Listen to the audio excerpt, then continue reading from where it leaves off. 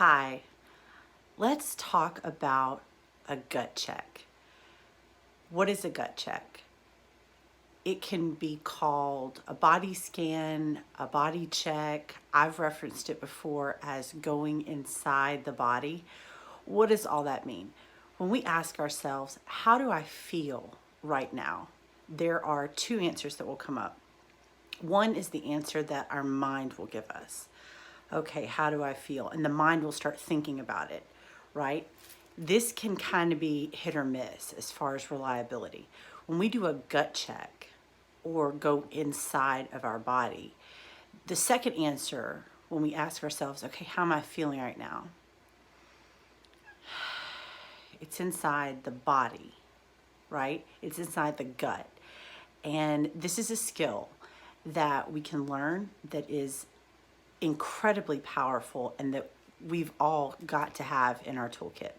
Why is it important to be able to gut check or go inside our body? Because sometimes our mind is going really quickly, or we get really engrossed in something, let's say the news or social media, and our body can tell us when it's time to stop, when it's time to put the phone down, when it's time to turn the channel or turn the TV off, when it's time to do something, when it's time to not do something. When we can go into our body is so honest.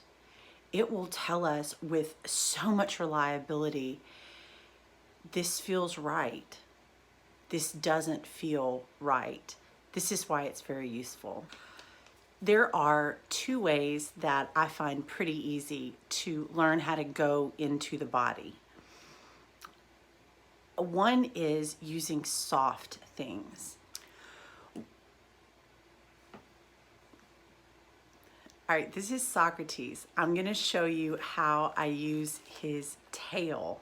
Okay, he has a big fluffy tail, right? Oh, I know. Say hi. Say hi. Can you show what we do?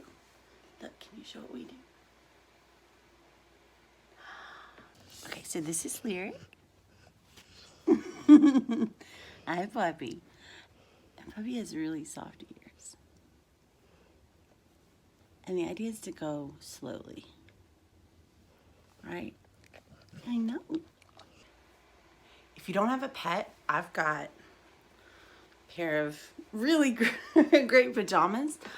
Everybody's got a soft pair of pajamas or something soft in the house. It doesn't necessarily even have to be soft, but it just is easy to do it when things are soft. So I just feel it. And my mind isn't thinking about how it feels. It's my fingertips. And then I can feel, yeah, my shoulders drop. So this is just a way to get started on learning how to go into the body. And you don't have to close your eyes, but it definitely helps, especially when we're getting started to learn how to go into the body.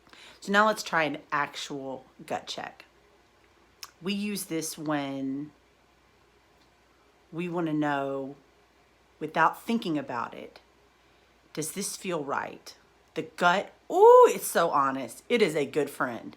The gut is a good friend. It will tell us, yes, this is right. No, this is not right. It's there for us to use so that we can know on a body level, yes or no, okay?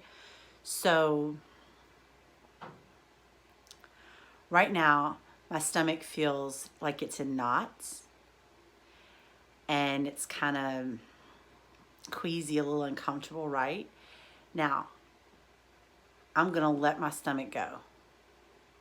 Almost like when you're in the mirror and you kind of poke your stomach out to see how far out you can poke it, right? I'm just gonna let it go. All right, that's called a soft belly. We want a soft belly. Do we want to walk around with our stomach poked out all the time? No. But a soft belly is when we go inside the body and our stomach doesn't feel tight and churny and butterflies. A soft belly means everything's cool, this is okay. When the gut has that kind of restricted, uncomfortable feeling, something's not right. One of the easiest applications for this is when I'm watching the news or when I'm on social media. I actually have started setting a timer for 20 minutes. And when the timer goes off, I pause it and do a gut check or go inside my body, right? If my stomach is in knots, I gotta take a break. If I'm feeling fine, all right, set the timer for another 20 minutes. There comes a point when the body feels so uncomfortable, but the mind may or may not be letting us in on that, right? The mind is so engrossed in whatever we're doing or watching or thinking that it's not saying, hey, we need to take a break from this. This is becoming mentally more harmful than good. All right, this is my coin purse. This is what I keep my coins in. I haven't had a hug in such a long time. A lot of us haven't had a hug in a really long time. And that's okay. I would rather stay safe and keep those around me safe. So here's what I have learned to give me the calming, loving, compassionate feeling of getting a hug. All right, let's see if I can do this without crying. Okay, so I'm gonna back this up just a little bit. If you're left-handed, right-handed, it really doesn't matter how you do it.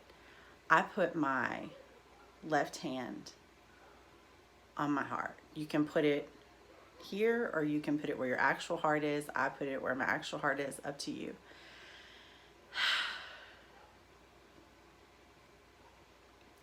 And then I put my right hand over my left hand. So my left hand is me saying, I could really use a hug right now. And my right hand is me saying, okay, here's a hug. And then I go into my body.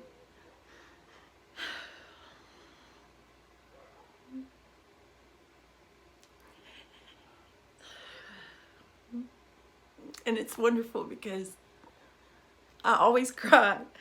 And sometimes I cry because it makes me sad. And sometimes I cry because it makes me happy and it makes me feel so loved. And sometimes I cry for both reasons. And crying is okay.